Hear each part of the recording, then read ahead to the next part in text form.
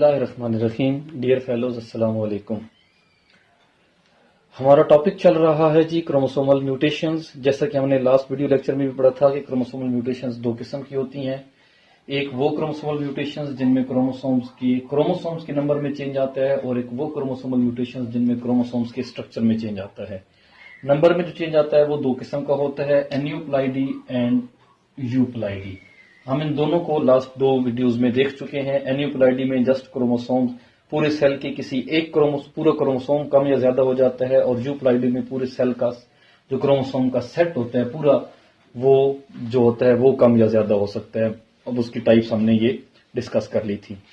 Structural changes भी फिर दो किस्म की होती हैं। एक वो जिनमें जीन्स का नंबर चेंज होता है, जीन्स की तादाद, एक क्रोमोसोम होता है ना, उसके ऊपर जो जीन्स की तादाद होती है। आपने सुना हुआ है कि क्रोमोसोम्स में लीनियर जो जीन्स होते हैं, लीनियर फैशन में जो है वो जीन्स अरेंज होते हैं। अगर उन जीन्स की तादाद में चेंज आ जाए तो हम उसको कहते हैं changes in number of genes, और अगर उन जीन्स की अरेंजमेंट में चेंज आ जाए उसको हम कहते हैं changes in the arrangement of genes. तो जो तादाद में चेंज आता है वो दो किस्म का हो सकता है, डिलीशन या डुप्लीकेशन, और जो अरेंजमेंट में चेंज आता है वो दो किस्म का हो सकता है, इन्वर्जन या translocation.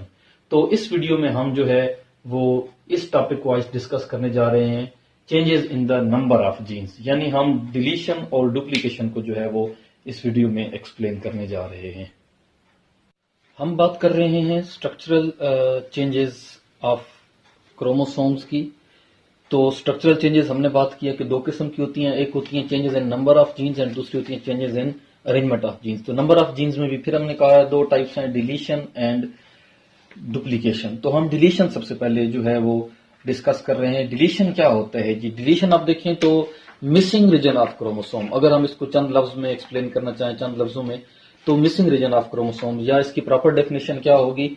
When a chromosome breaks in one or more places and a portion of it is lost, the missing piece is referred to as deletion. अगर हम क्रोमोसोम जो है वो एक से ज्यादा जगहों से मतलब वो डिलीट हो जाए, लॉस हो जाए, तो हम इसको डिलीशन कहते हैं।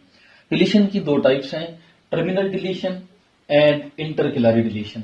टर्मिनल डिलीशन नाम से ही जाहिर हो रहा है कि क्रोमोसोम का एक टर्मिनल पार्ट, एक किनारा जो है वो डिलीट हो जाएगा। When deletion occurs near the one end of chromosome, chromosome के किसी एक एंड पे जो है वो अगर डिलीशन हो जाए। फॉर एग्जांपल आप देखें, ये एक क्रोमोसोम है और इसके ऊपर तरतीब के साथ जीन्स हैं ABCDEF। ये फॉर एग्जांपल एक क्रोमोसोम के ऊपर जीन्स हैं, तो इसका एक किनारा जो है वो अगर डिलीट हो गया, ये देखें अगली डायग्राम में जो है वो ए पार्ट लॉस हो गया, मतलब फॉर एग्जांपल ये वाला टर्मिनल जो है वो पोर्शन आप देख रहे हैं इसका डिलीट हो गया।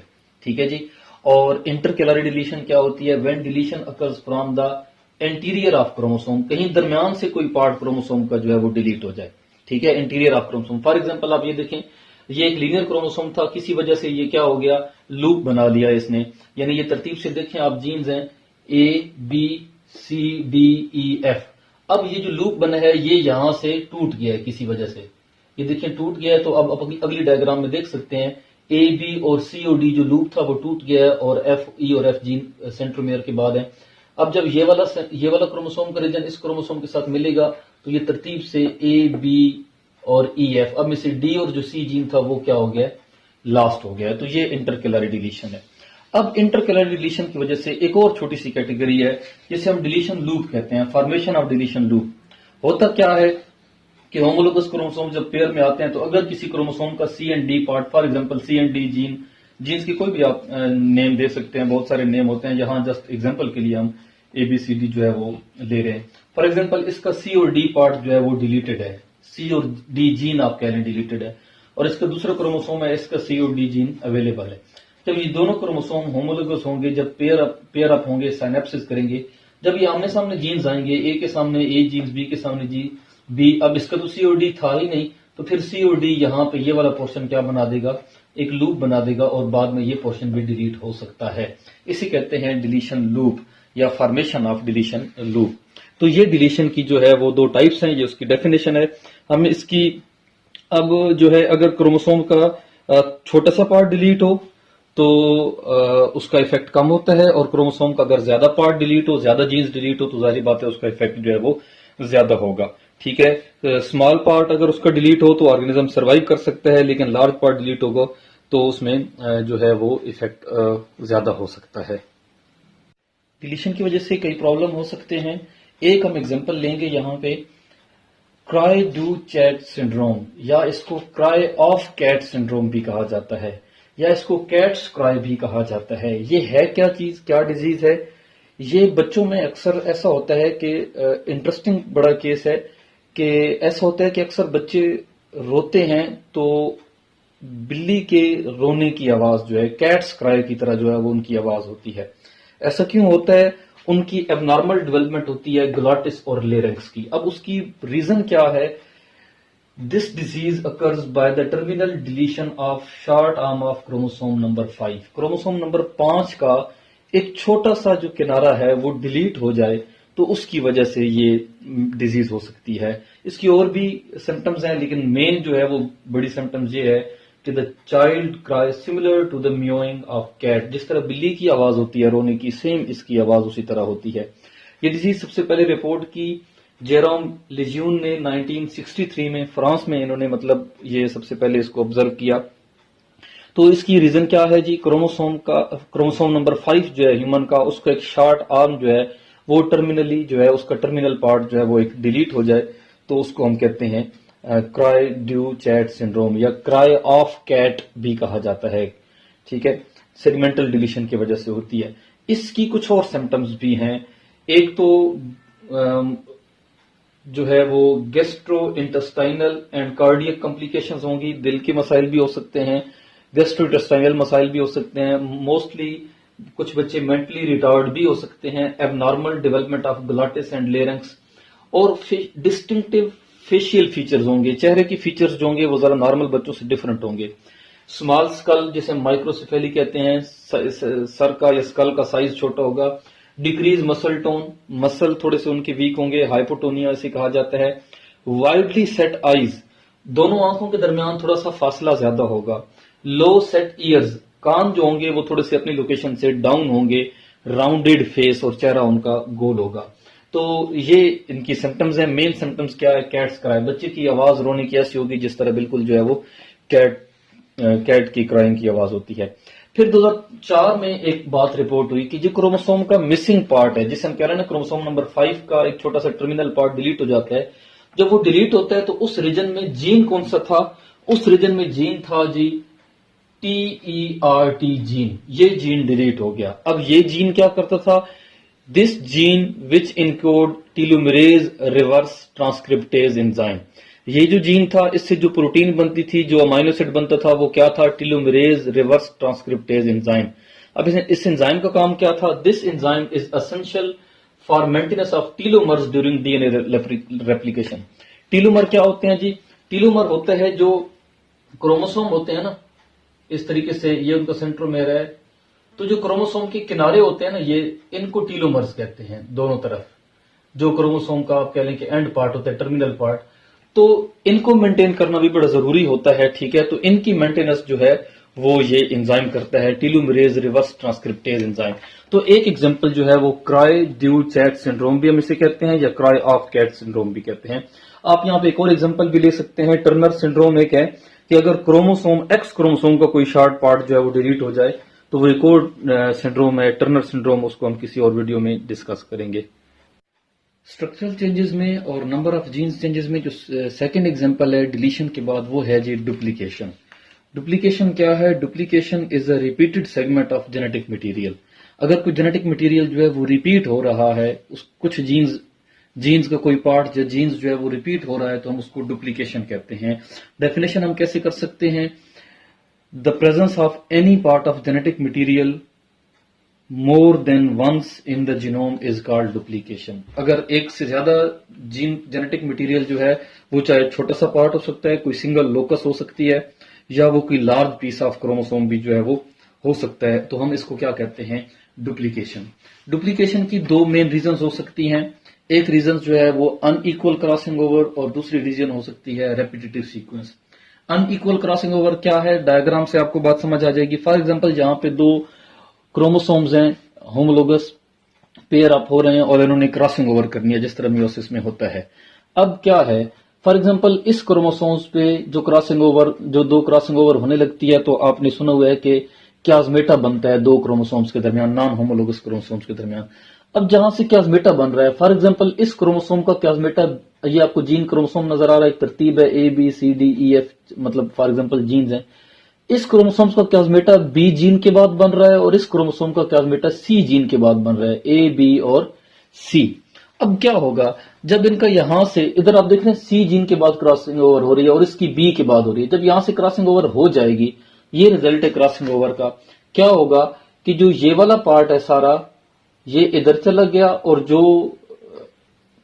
ये वाला पार्ट है ये इधर आ गया और ये वाला ब्लू इस क्रोमोसोम का ये पार्ट इधर चला गया। अब होगा क्या, रिजल्ट क्या होगा, ये देखिए जी ए बी, और ए बी के बाद ये वाला क्रोमोसोम आ जाएगा D E F, A B D E F, मतलब सी पार्ट इसका डिलीट हो गया।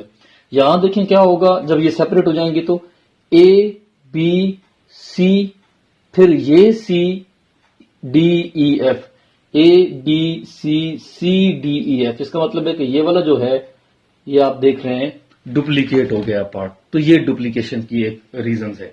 ठीक है जी, ये क्या है जी, अनइक्वल क्रॉसिंग ओवर आप कह सकते हैं कि जब साइनेप्सिस हो रही होती है, ठीक है, तो एक crossing over, single cross over के बाद जो है वो इस तरह की डुप्लीकेशन हो सकती है। दूसरी इसकी जो बड़ी रीजन है उससे हम कह सकते हैं कि रेपिटेटिव सीक्वेंसेस जो होती हैं डीएनए में, क्रोमोसोम्स के पास या पूरे जीनोम में कई ऐसी सीक्वेंस होती हैं जो रिपीट हो रही होती हैं, उन्हें हम रेपिटेटिव सीक्वेंस कहते हैं। रेपिटेटिव सीक्वेंस की एक सबसे बड़ी एग्जांपल ट्रांसपोजेबल एलिमेंट्स हैं। ट्रांसपोजेबल एलिमेंट्स क्या होते हैं, वो जीन्स या वो जेनेटिक मटेरियल के वो पोर्शंस जो अपनी लोकेशन चेंज करते रहते हैं उनको हम ट्रांसपोजेबल एलिमेंट्स कहते हैं। रेपिटेटिव सीक्वेंस की एक जो है वो एग्जांपल है। अब इस फिगर में आपको नजर आ रहा है कि जब रेपिटेटिव सीक्वेंस की वजह से क्रॉसिंग ओवर होगी तो उस वजह से भी ये प्रॉब्लम हो सकता है। कैसे, फॉर एग्जांपल यहां पे आपके सामने दो नॉन होमोलोगस क्रोमोसोम्स हैं जिन्होंने क्रॉसिंग ओवर करनी है।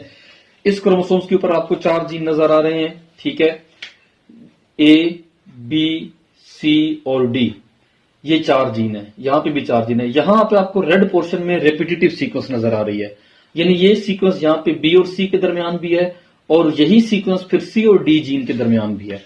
इस क्रोमोसोम पे भी ऐसा ही है, A B C D 4 gene है, बी और सी के दरमियान एक रिपीटेटिव सीक्वेंस है और वही सीक्वेंस सी और डी के दरमियान भी है। अब आपको पता है कि जब क्रोमोसोम जो है वो लाइन अप होते हैं, पेयर अप होते हैं क्रॉसिंग ओवर करने के लिए, तो बिल्कुल लीनियर एक दूसरे के पैरेलल होते हैं। अब यहां पे भी होना तो ऐसा ही चाहिए था कि ए के सामने ए जीन आता, बी के सामने बी, सी के सामने सी और डी के सामने डी, बिल्कुल लाइन अप होते, पेयर अप।